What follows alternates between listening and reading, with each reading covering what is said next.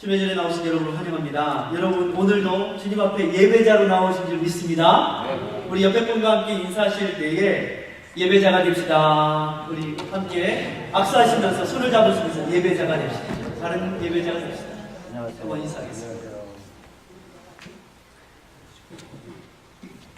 사람이 동물들과 다른 이유는요, 사람은 본능에 따라 살지 않고 사람은 의미와 가치를 따라 살아가는 존재이기 때문에 동물들과 다릅니다.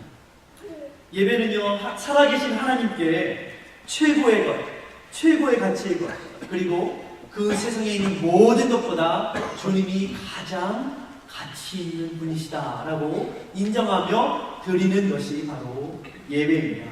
그래서 영어에도 가치 있는 이라는 worthy라는 그런 말이 worship이라는 그 예배하다라는 말이 되었습니다. 여러분, 사람들이요, 자기에게 있어서 가장 중요한 것, 의미 있는 것에 무엇을 투자합니까? 시간도 드리고 정성도 드리고 돈도 드리고 하지 않습니까? 예를 들어서 우리가 중요한 사람과 약속 시간에 만나면서 늦지 않으려고 합니다. 또 최대한 예의를 차리고 또 그런 면에서 옷도 단정히 입고 또 그 사람이 말할 때 어떻게 합니까? 경청하여 듣습니다. 이것이 바로 사람들이 어떤 사람을 만났다고 그럴 텐데, 오늘 이 시간에 우리는 주님을 만나고 주님께 예배하러 온 줄 믿습니다. 그러므로 주님을 가장 높으신 분으로 예배하고 경배하는 이 시간이 바로 예배인 줄 믿습니다. 여러분, 성경에 보니까 가인과 아벨이 예배를 드릴 때, 제사를 드릴 때 가인이 양이 아닌 곡식으로 하나님 앞에 제사를 드렸기 때문에 하나님께서 받지 않으신 것이 아닙니다. 오히려 그 마음속에 바른 예배의 태도가 없었기 때문에 주님께서는 가인의 제사를 받지 않으셨습니다.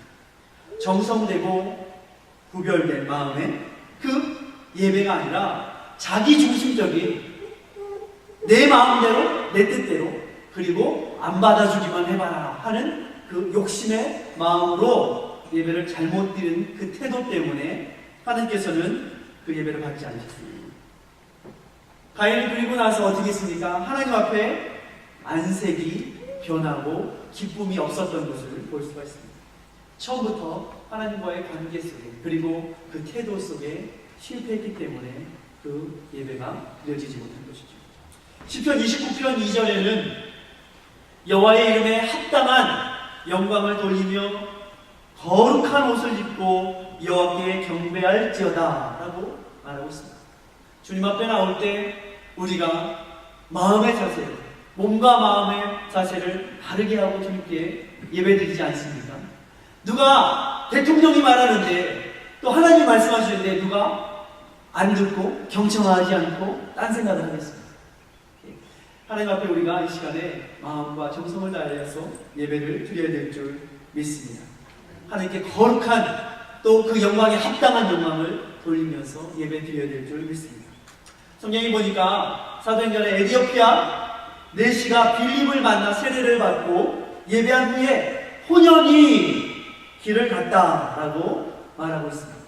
여기서 혼연히라는 말의 의미는 바로 기쁨이 그 마음에 가득한 채로 돌아갔다라는 뜻입니다. 여러분, 오늘 이 시간에 주님의 말씀을 듣고 깨달아서 우리 마음에 기쁨이 가득한 채로 돌아가시기를 주의 이름으로 축원합니다. 할렐루야. 그렇습니다. 우리 안에 깨달음이 있고 또 그 말씀을 알지 못했는데 이런 말씀이구나 할 때 우리 안에 기쁨이 있는 것입니다. 오늘은요, 소제, 구약의 5가지 제사 중에서 유일하게 피가 없는 그 곡식의 제사를 통해서 하나님께서 원하시는 예배는 무엇인가 함께 은혜를 나누고자 하는 두 번째 시간. 지난주에는요, 우리가 번제를 통하여서 우리가 말씀을 나눴죠. 근데 이 소제는요, 번제와 화목제와 함께 드리는 경우도 있었고 소제만 따로 특별하게 드리는 그러한 경우도 있었습니다. 번제가 예배의 그 형식과 순서 등에 이렇게 강조점이 있다면 이 소재, 오늘 우리가 나눌 이 소재는 바로 하나님과의 그 관계에 강조점이 있습니다. 이 김창옥 교수, 이게 요즘에 이게 세바시 이런 게 뭐냐면 세상을 바꾸는 15분에서 세바시 이런 프로가 있습니다. 김창옥 교수가 나와서 이런 말을 합니다. 진정한 소통은, 진정한 교통은, 진정한 교제는 질서 안에서의 자유가 있을 때 진정한 교통이 있을 수 있습니다. 이런 말을 하는데 참 공감이 갔습니다.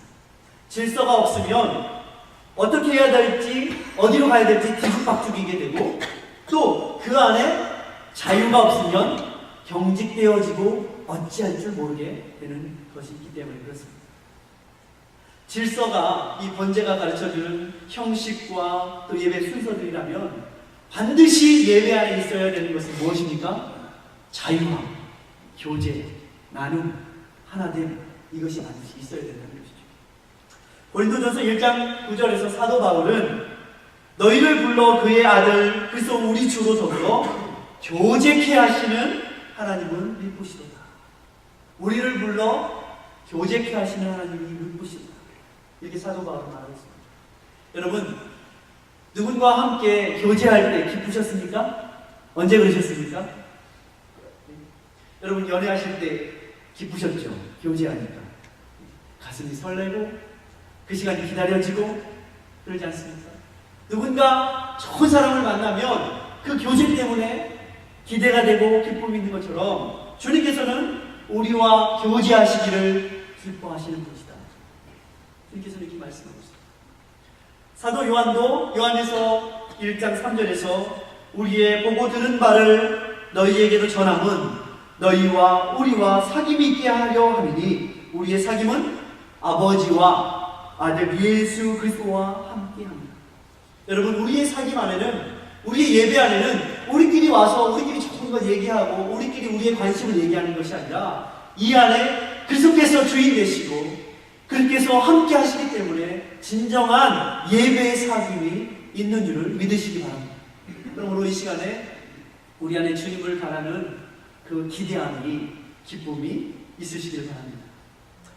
이 소재는요, 이 구약에서 하나님과 백성들과의 교제가 있을 때는 소제를 드려서 하나님께 예배했습니다. 그런데 이 소제는 신약에 와서는 예수 그리스도의 그 인성, 다시 말해서 주님께서 이 땅 가운데 우리와 교제하시려고, 우리와 친해지시려고, 우리와 화목하시려고 육신을 입으시고 우리 가운데 오신 그 예수 그리스도의 인성을 이야기하고 있는 것입니다. 여러분, 우리가 보이지 않는 하나님을 이렇게 알아가는 것이 참 어렵습니다. 그래서 주님께서는 보이는 인간의 육체를 입으시고 하나님의 사랑이 이러하다라고 구체적으로 우리에게 알려주시려고 예수님이 인간의 육체를 입고 오셨습니다. 그리고 주님은 우리와 교제하시기를 원하십니다. 오늘 소재는 그렇게 주님께서 우리와 함께 하시고 교제하시는 그 연합의 시간으로 드려지는 제사를 의미합니다. 그 가운데 덩어리는 하나도 없이 부드럽고 고운 가루로 드려지는 이 소재는 바로 우리와 함께 하시는 그 온유하신 주님의 부드러운 품성, 성품, 또 우리의 영혼을 찾아와서 만나주시는 그 주님의 부드러운 터치를 의미하고 있는 것입니다. 여러분, 사람들이 가장 두려워하고 힘들어하는 때가 언제인지 아십니까? 두려워하는 것들이 많이 있지요. 그러나 사람들은 본능적으로 그 마음속에 혼자 남는 외로움에 대한 공포와 두려움이 있습니다.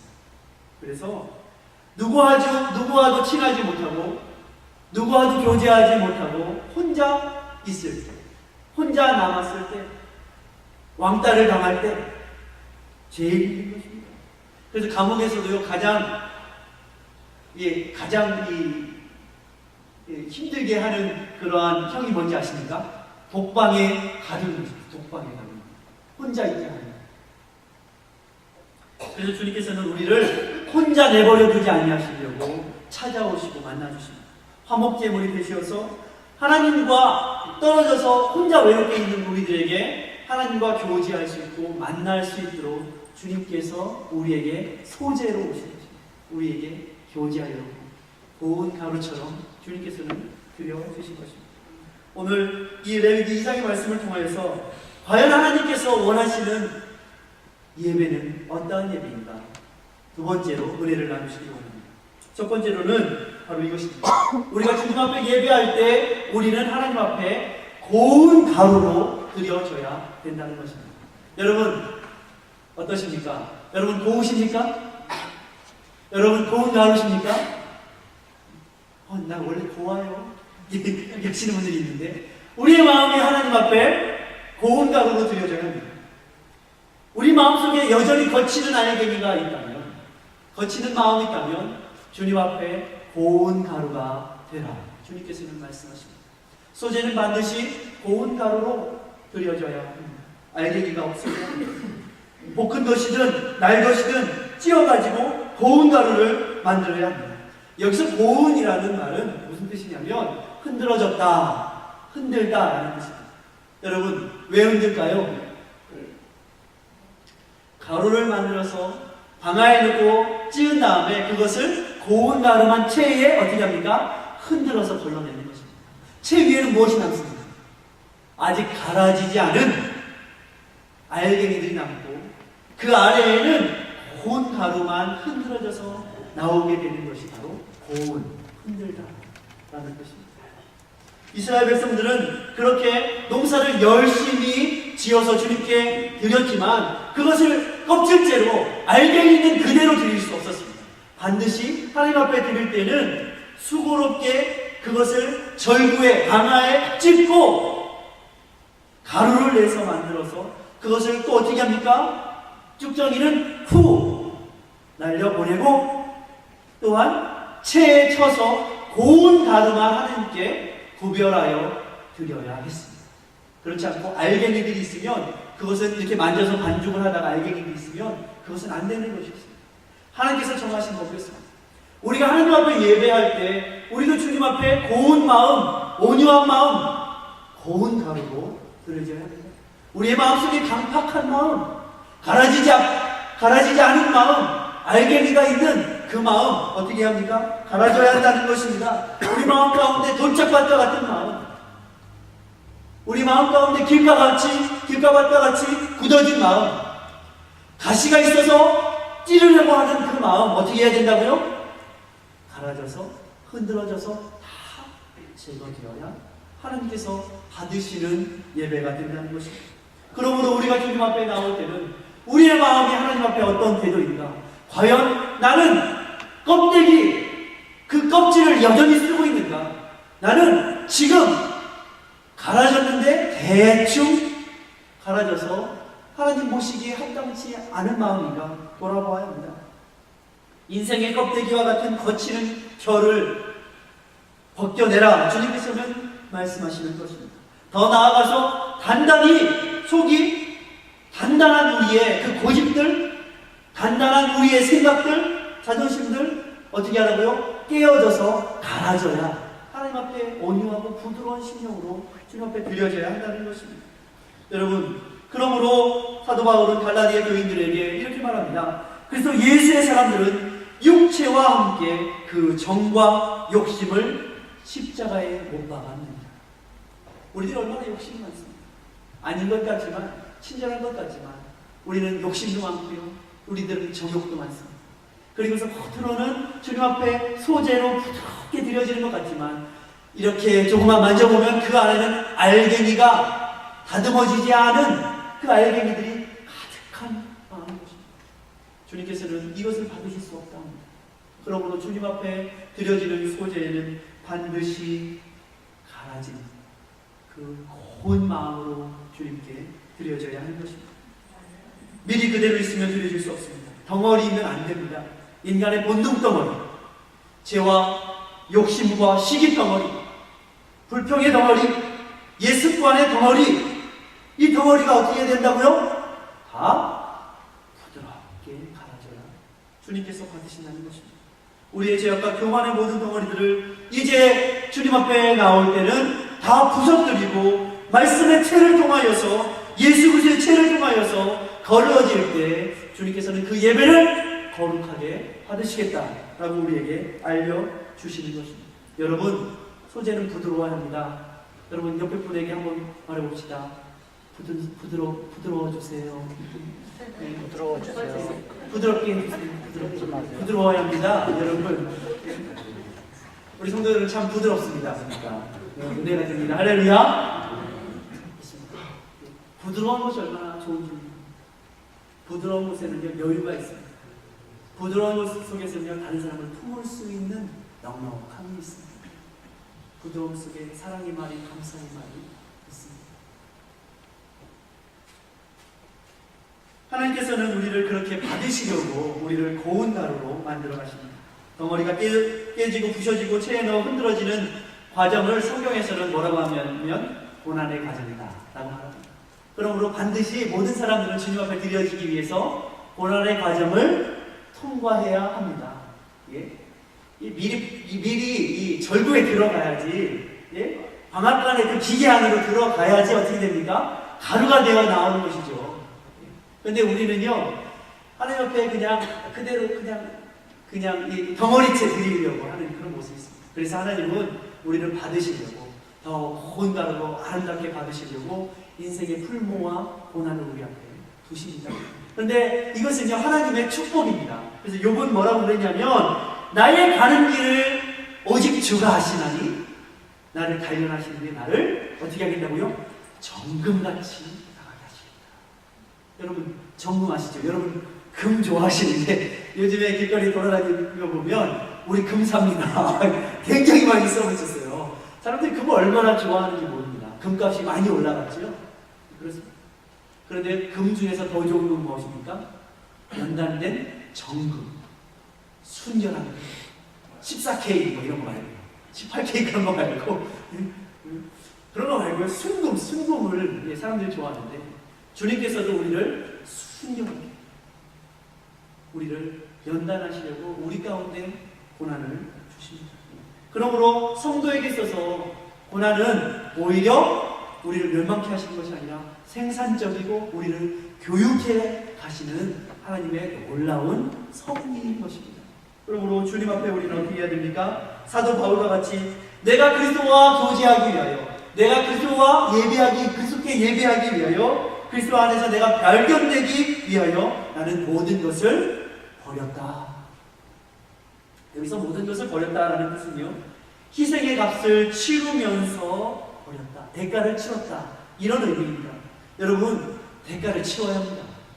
우리가요 그저 훈련의 시간을 들이지 않고서는 결코 훈련의 군사가 될 수가 없습니다. 여러분 대장장이가 금을 이렇게 풀매에 넣으면서 연단할 때 순금이 되었는지 언제 아는 줄 아십니까? 순금이 되었을 때가 언제냐면 그 금에 얼굴을 비춰보면 얼굴이 비춰질 때가 순금이라는 거죠. 그 전까지는 찢기가 있어가지고요 얼굴 비춰지지가 않습니다. 근데 그냥 순전한 금이 되면요 딱 얼굴을 비치면 얼굴이 비춰진다. 그렇습니다. 하나님께서는 왜 고난에 우리의 풀물을 우리에게 주실까요? 우리가 우리 스스로를 발견하고 보게 하십니다. 내가 정말 이렇게 부족한 존재이구나. 내가 이렇게 연약한 존재이구나. 그래서 주님께서는 그 연단을 통해서 자기 자신을 비춰보게 하시려고 우리에게 그 풀무와 같은 인생의 연단을 주신 것이죠. 그리고 여러분을 정금같이 쓰십니다. 그렇게 주님께서는 우리 가운데 연단을 주시는 것입니다. 그러므로 우리는 주님 앞에 어떻게 합니까? 고운 가루가 고운 부드러운 주님께 드려야 합니다. 두 번째로는 우리가 오늘 말씀을 통하여서 주님께 예배드리는 이 소재에 꼭 주님께서는 들어가야 된다라고 말씀하시는 것이 있습니다. 무엇이 있을까요? 주님 앞에 예배할 때 반드시 있어야 하는 것이 있습니다. 그것은 바로 소재물에는 하나님 앞에 고운 가루로 되어진 이 소재물에는 기름과 유향과 소금을 넣으라 주님 말씀하십니다. 성경에서 기름은 성령을 상징하고 있습니다. 왕이나 제사장이나 선지자에게 그 머리에 기름을 부어 세울 때 그렇게 기름을 부어서 세우는 것을 볼 수가 있습니다. 이사야 61장 1절에는 주 여호와의 신이 내게 임하였으니 이는 여호와께서 내게 기름을 부으사. 여호와께서 기름을 부으사. 주님 앞에 드려지는 예배에는 반드시 성령의 충만함이 있어요. 성령 하나님의 인도하심과 운행하심이 있는 예배가 주님께 드려지는 예배가 될 것입니다. 우리는 성령 안에서 예배를 드려야 합니다. 예수 그리스도의 영이 없으면 하나님의 사람이 그리스도의 사람이 아니라고 성경은 말하고 있습니다. 성도가 주님 앞에 소재의 삶으로 소재의 제물로 드려지려면 무엇보다도 반드시 성령 충만함으로 주님께 예배 드려야 하는 것입니다. 여러분 성경에도 보니까 하나님의 일을 맡은 사명자들은 반드시 지혜로운 자, 성령 충만한 자, 모든 사람들에게 칭찬 듣는 자가 되어야 될 것이다 라고 성경은 말씀하고 있습니다. 성령 충만해 주님께서 받으십니다. 에스겔서 36장 26절에도 하나님께서는 에스겔 선지자에게 또 새 영을 너희 속에 두고 새 마음을 너희에게 주되 너희 육신에서 굳은 마음을 제하고 부드러운 마음을 줄 것이며 라고 말씀하고 있습니다. 새 영을 부어주시겠다는 것입니다. 새 영이 부어질 때 성령이 우리 마음에 계실 때 우리가 부드러운 마음의 소재가 될 수 있다는 것입니다. 여러분 밀가루만 보면 어떻게 되죠? 밀가루만 보면요 푸석푸석하고 밀가루만 보면 어때요? 거칠고 입에 들어가면 살살 녹는 기운이 없는 것입니다. 기름이 들어가야지 어떻게 합니까? 부드럽고 기름이 들어가야지 맛도 좋고 하게 됩니다. 우리가 주님 앞에 드릴 때 예배 드릴 때 성령 충만함으로 드릴 때 정말 하나님 앞에 아름답고 귀한 예배를 드릴 수 있는 것입니다. 뻑뻑하고 윤기가 없고 활기가 없는 그런 경직되고 그저 형식에 치우친 그런 예배가 아니라 성령 충만함으로 하나님과 우리가 영적으로 교제하는 그 예배가 있을 때 주님께서는 그 예배를 받아주시겠다. 그러므로 너희는 주님 앞에 소재의 예물을 드릴 때 반드시 기름을 넣어라. 주님께서는 말씀하고 있는 것입니다. 두 번째 소재에는 유향이 추가되었습니다. 유향은요 무엇입니까? 기름도 넣고 유향도 넣고 유향도 기름의 일종 아닙니까? 그런데 유향을 넣는 이유가 있습니다. 유향은 감난과에 속하는 유향나무에서 짜낸 아주 고급스러운 향료입니다. 냄새가 아주 좋죠. 이것을 넣는 이유는요 그 하나님께 드리는 그 소재의 예배에서 향기가 여러분 맛있는 냄새 날 때 여러분 어떻습니까? 먹고 싶죠? 멀리서도 이렇게 지나가다가 맛있는 냄새가 나면 야, 저 집에 가고 싶다. 야, 맛있겠다. 와, 좋다. 그렇게 하는 것처럼 이 유향은 주님께 예배를 드릴 때 그 하나님의 그 성전에서 모든 사람들이 바깥에서도 냄새를 맡을 때 야, 귀한 예배, 아름다운 예배, 향나는 예배가 드려지는구나 하는 것을 누구도 알 수 있습니까? 바깥에 있는 모든 사람들도 그 냄새를 통하여서 알 수 있는 것입니다. 여러분, 우리끼리만 유향도 없는, 향례도 없는 우리끼리만 그런 예배가 아니라 모든 사람들이 보기에도 아름답고 귀하고 향내나는 예배가 되어야 된다라고 주님께서는 우리에게 가르치시고 계신 것입니다. 여러분, 그렇다면 이 유향이 의미하는 것은 무엇일까요? 유향의 영적 의미는 바로 성도의 기도입니다. 계시록 8장 4절에 보면 향연이 성도의 기도와 함께 천사의 손으로부터 하나님 앞에 올라간다. 이렇게 말씀하고 있습니다. 그러므로 하나님 앞에 예배할 때 반드시 무엇이 있어야 합니까? 성도의 거룩한 기도가 있어야 합니다. 주님께서는 그 기도를 어떻게 하십니까? 받으시는 것입니다. 우리가 주님 앞에 간절히 마음을 토하며 중심에 상한 심령으로 주님 앞에 기도할 때 주님께서는 그 기도를 향내와 같이 유향과 같이 우리의 기도를 받으신다 말씀하고 계신 것입니다. 시편의 기자도 142편 2절에 나의 기도가 주의 앞에 분향함과 같이 되게 해달라고 기도하고 있습니다. 여러분, 주님 앞에 나오실 때 어떤 기도의 마음으로 나오십니까? 주님 앞에 어떤 간절한 소원으로 주님 앞에 나오십니다. 반드시 주님께 예배드릴 때는 우리의 간절한 그 소원의 기도가 있어야 된다는 것입니다. 소재의 유양을 넣듯이 여러분들의 삶, 저의 삶, 성도의 삶에는 반드시 기도가 있어요. 성경에는 말씀과 기도로 거룩하여진다라고 말씀하고 있습니다.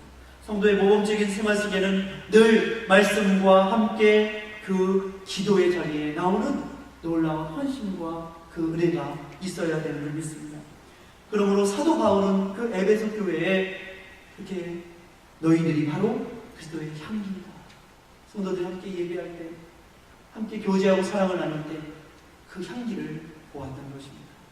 또한 소재는 반드시 꼭 있어야 하는 것이 또 하나 있었습니다. 그것은 무엇입니까? 소금입니다. 소금. 여러분, 소금은 무슨 맛이 나지요? 짠맛이 나죠. 여러분, 짠맛을 싫어하는 분들이 계시지만 우리는 짠맛을 어떻게 합니까? 즐겨하고 좋아합니다. 짠맛이 없으면 맹숭맹숭하지요. 싱겁습니다. 제대로 된 맛을 느낄 수가 없습니다. 성경에서 소금은요, 불변하는, 변하지 않는 하나님의 언약을 의미하고 있습니다. 민수기 18장 19절에는 변하지 않는 소금 언약이라는 표현이 나옵니다. 역대하 13장 5절에도 이스라엘 하나님 여호와께서 소금 언약으로 이스라엘 나라를 영원히 다윗과 그 자손에게 주신 것을 너희가 알 것이 아니냐. 소금 언약은 바로 변하지 않는 하나님의 그 성품을 의미합니다. 주님은 성실하시고 주님은 변함이 없으시고 늘 약속하신 것을 우리에게 이루어주시는 그 변함없으신 하나님이신 것입니다. 그러므로 우리가 주님 앞에 나아갈 때는 어떻게 합니까? 그 변함없으신 하나님의 그 언약의 말씀을 의지하여 주님 앞에 나와야 합니다. 우리처럼 아침 저녁으로 조석간에 변하는 그 변덕스러운 마음이 아니라 우리가 주님 앞에 나올 때는 변덕스러운 그 내 마음, 내 생각을 의지해서가 아니라 우리는 변함없으신 주님의 언약을 의지해서 우리가 예배하러 나오는 것입니다. 여러분, 우리는 늘 변하잖아요. 조금 잘하는 거 있으면 천국 갈 것 같고 조금 못하면 야, 이러다 나 지옥 가는 거 아니야? 이렇게 생각하는 사람들 많지 않습니까? 예? 사람들은 참 변덕스럽습니다. 금방 마음이 우울해지고 또 금방 칭찬 들으면 야, 나 그래도 괜찮은 사람인가 봐. 이것이 사람이지만 주님께서는 그것이 아니라 주님을 예배하는 그 예배의 중심에는 변하지 않는 주님, 변하시지 않는 그 소금의 언약, 이것이 있구나. 그러므로 반드시 예배에는 변함없으신 주님의 그 말씀, 그 언약의 말씀이 반드시 있어야 된다는 것입니다. 그리고 마가복음 9장 50절에는 너희 속에 소금을 두고 서로 화목하라. 다시 말해서 이 말씀은 너희 속에, 너희의 관계 가운데도 이 말씀을 두고 서로 화목하라, 이런 뜻입니다. 변함이 없는 언약의 말씀을 두고 서로 화목하라. 여러분, 주님 앞에 나오실 때는 어떻게 합니까? 화목해야 합니다. 막힘이 없는 마음으로 나와야 합니다. 이웃과 형제와 미움과 다툼과 불평의 마음을 어떻게 합니까? 풀고 주님 앞에 나오라는 것입니다. 주의 말씀을 가운데 두고 너희는 서로 화목하라 라고 말씀하고 있는 것입니다. 소금은 그렇게 화목의 상징입니다. 하나님 예물 앞에, 하나님 앞에 나와서 아웅다웅 싸우고 미워하며 어찌 하나님 앞에 예배를 드릴 수 있겠습니까? 그러므로 소재의 예물 앞에는 반드시 하나님 앞에 막힘이 없는 화목과 부드러운 마음이 있어야 합니다. 여러분, 음식도요, 소금이 있어야 맛이 나지 않습니까? 이 세상을 여러분은 어떤 맛으로 살아가십니까? 밥맛으로요? 돈맛으로요? 세상의 쾌락의 맛으로요? 아닙니다. 진정한 맛은 바로 주님께 예배하는 맛으로 살아가는 것입니다. 모든 인생들은 이 예배를 통하여서 우리가 힘을 얻고 살아갈 수 있다. 그러므로 참다운 예배가 우리의 인생에게 참맛을 주고 참맛으로 살아가게 하는 것입니다. 그러므로 우리는 성령 안에서 항상 기도하고 하나님의 말씀을 가운데 두고 어떻게 합니까? 하나님과 또 형제와 이웃과 화목하며 그 말씀을 따라가 살아갈 때 우리는 진정한 인생의 의미와 맛을 누리며 살아갈 수 있다라고 주님께서는 말씀하고 있는 것이죠. 마지막 세 번째로는 이 소재, 하나님께 드린 소재에 넣어야 할 것이 있는가 하면 절대로 넣지 말아야 할 것이 있다는 것입니다. 여러분, 누룩이 무엇입니까? 누룩은요, 부풀어 오르게 하는 발효성과 퍼지게 하는 성질을 가지고 있습니다. 누룩은요, 그렇게요, 부풀어 오르게 합니다. 허영으로 살아가는 것, 허영의 마음 주님 앞에 가지고 나오시면 합니다. 있는 모습 그대로 주님 앞에 자기를 내려놓고 나와야 합니다. 또 죄악의 누룩을 다 버리고 주님 앞에 나와야 합니다. 그러므로 주님 앞에 나올 때는 반드시 죄악을 버리는 회개가 있어야 하는 것입니다. 우리는 그 죄악의 전염성과 그 부패케 하는 것을 경계해야 합니다. 사도 바울도요, 고린도전서 5장 8절에서 순전하고 진실한 삶은 누룩이 없는 것으로 하자, 이렇게 말하고 있습니다.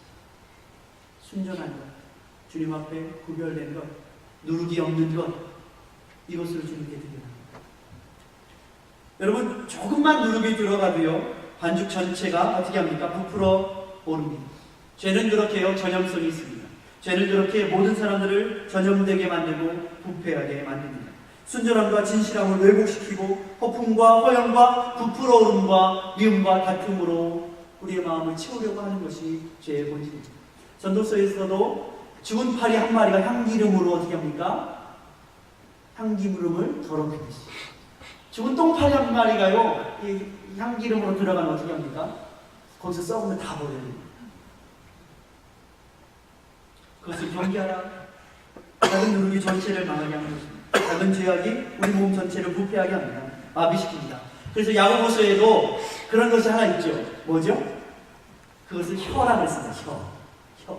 혀를 주십시오. 모든 것들은 혀에서 나옵니다. 이 혀는 불과 같다고 했습니다. 모든 것을 불사로 태운다. 그래서 나쁜 말은 금방 퍼지는 것이죠. 이스라엘이 출애굽기를 통하여서 출애굽하여서 유월절을 기념하며 무교절을 지켰습니다. 출애굽기 12장 15절에서 19절을 보면요, 거기에는 아예 누룩을 집에 있게 하지 말라, 이렇게 말하고 있습니다. 다시 말해서 집에는 그 죄의 모양이라도 다 어떻게 하고 갖다 버리라. 모양이라도 죄는 버리라, 이런 말씀이죠. 주님은 바리새인과 사두개인의 누룩을 조심하라 라고 경고하십니다. 무익한 것, 나쁜 것, 죄악된 모든 것을 다 버리라 말하고 있는 것입니다. 그러므로 우리는 주님 앞에 나올 때 내가 혹시라도 주님 앞에 범죄할 것이 있다면, 내가 죄 지은 것이 있다면 살펴야 합니다. 그것을 다 어떻게 합니까? 다 버려야 합니다. 다 회개해야 합니다. 주는 미쁘시고 의로우사 우리 죄를 사하시며 모든 불의에서 우리를 깨끗게 하실 것이요, 주님께 나아가서 고백하기만 하면, 인정하기만 하면 주님은요 어떻게 하십니까? 우리를 깨끗게 하십니다. 순전케 하십니다. 그리고 우리를 받아주십니다. 또한 주님께서 드리는 소재에 넣지 말아야 할 것이 또 있습니다. 그것은 무엇입니까? 꿀입니다. 성경에도 음료의 꿀, 음료의 입술에 있는 꿀을 조심하라, 성경은 말씀하고 있습니다. 어떻게 합니까? 달콤하게 다가와서 쓴 열매로 맹공합니다. 꿀은 세상적인 쾌락을 상징합니다. 어찌 믿음의 사람들이 세상과 하나님을 겸하여 섬길 수 있겠습니까? 우리의 삶 가운데 반드시 하나님에 대한 우선순위를 반드시 명확하게 고백해야 될 줄 믿습니다. 호세아 선지자도 10장 12절에 호세아 12절에 이렇게 말하고 있습니다. 너희가 자기를 위하여 의를 심고 긍휼을 거두라. 지금이 곧 여호와를 찾을 때니 너희의 묵은 땅을 기름하라. 마침내 여호와께서 임하사 의를 비처럼 너희에게 내리시리라. 호세아 선지자, 어떤 사람입니까? 그 음란의 시대, 그 쾌락의 시대, 여호와 하나님께서는 바람난 이스라엘, 고멜과 같은 바람난 이스라엘을 찾아가서 저 고멜과 결혼하여 너는 저를 아내로 삼으라, 호세아에게 말씀하셨습니다. 주님께서는 여전히 쾌락을 사모하여 바람나 있는 이스라엘을 찾고 계십니다. 왜요? 하나님의 아내로 삼으시고 회복시키시고 주님께 돌아오게 하시고 그 세상의 꿀을 버리고 주님의 은혜의 자리로 나오게 하시려고 주님은 찾고 계신 것입니다. 쾌락과 죄악으로 더럽혀진 이 세대 가운데 하나님은 그렇게 호세아와 선지자와 같이 우리를 부르시고 찾고 계십니다. 여러분, 우리는요 그렇게 세상의 쾌락이 우리를 넘어뜨리려고 할 때, 올무를 삼을 때 조심해야 합니다. 다윗은 어떻게 했습니까? 다윗은 사명자로서 하나님께서 맡겨주신 그 사명의 자리, 자기가 있어야 할 자리에 있지 않고 실컷 게으르게 낮잠 자고 일어서서 해질 정도 돼가지고 다 저녁 때 일어나가지고 이렇게 왕궁기를 거닐다가 뭘 봤습니까? 허이! 아가씨가, 예, 우리 아이 아내가 목욕을 하는 것을 보고서 어떻게 했습니까? 꾀를 내고 계획을 하고 어떻게 했습니까? 범죄하는 것입니다. 하나님의 사람이 하나님께서 명령하신 그 사명자의 자리에 있지 않고 게으르고 세상으로 눈을 돌리면 시험될 일이 있는 것입니다. 그러므로 하나님의 사람들은 어디 앞에 있어야 합니까? 말씀 앞에 있어야 합니다. 기도의 자리에 있어야지 시험에 들지 않는 것입니다. 그렇지 않으면 세상에 시험될 일이 참 많이 있습니다. 얼마나 보암직도 하고 먹음직도 한 일들이 얼마나 세상에 많은지 모릅니다. 그러므로 믿음의 사람들을 말씀 앞에, 기도 앞에, 기도의 자리 앞에 있을 때 주님께서는 그 사명자로서 길을 가게 하시는 것입니다. 반면에 요셉은 어땠습니까? 적극적이고 끈질긴 보디발의 아내, 함께 동침하자 얼마나 꼬셨습니까? 그런데 요셉은 비전 앞에, 하나님께서 주신 그 비전 앞에 있으니까 어떻게 했습니까? 그 유혹을 단호하게 물리쳤습니다. 그래서 하나님께서는 요셉을 통하여서 이스라엘 백성들을 구원의 그 가뭄에 구원해내셨을 뿐만이 아니라 그를 통해서 이방 민족인 애국 사람들도 그 혹독한 가뭄에서 살려내셨습니다. 하나님의 놀라운 은혜입니다. 저와 여러분이 주님 앞에 깨어있을 때, 주님의 그 주신 비전 앞에, 사명 앞에 있을 때 우리는 하나님께서 여러분을 사용하시는 거죠. 말씀을 맺으려고 합니다. 우리는 오늘 이 소재에 하나님께서 원하시는 예배, 이 소재의 말씀을 통해서 과연 우리는 하나님 앞에 고운 가루로 드려지는가, 향기로운 냄새로 드려지는가, 그런 예배의 삶을 우리가 살고 있는가 돌아보기 원합니다. 우리 가운데 꼭 두어야 할 신앙인으로서의 그 자세, 성령 충만한 삶, 말씀과 기도의 삶, 그리고 또 주님 앞에 헌신된 삶, 그리고 주님 앞에 그 언약의 말씀 가운데 소금을 두고 말씀을 두고 화목된 그 교제의 삶, 이것이 반드시 있어야 될 점이 있습니다. 또한 우리가 주님 앞에 예배할 때 우리가 주님보다 세상의 것들을 더 우선시하고 사랑하지 않았는가, 그 세상의 쾌락과 꿀과 누룩을, 죄악을 제하여 버리고 주님 앞에 예배할 때 주님께서는 우리를 정결케 흠없는 예물로 우리를 받아주실 줄 믿습니다. 오늘 하루도 그리고 여러분의 삶 가운데 이렇게 주님 앞에 소재와 같이 곱게 아름답게 온전하게 드려지는 예배의 삶이 되시길 주 예수 그리스도의 이름으로 축원드립니다. 기도하겠습니다.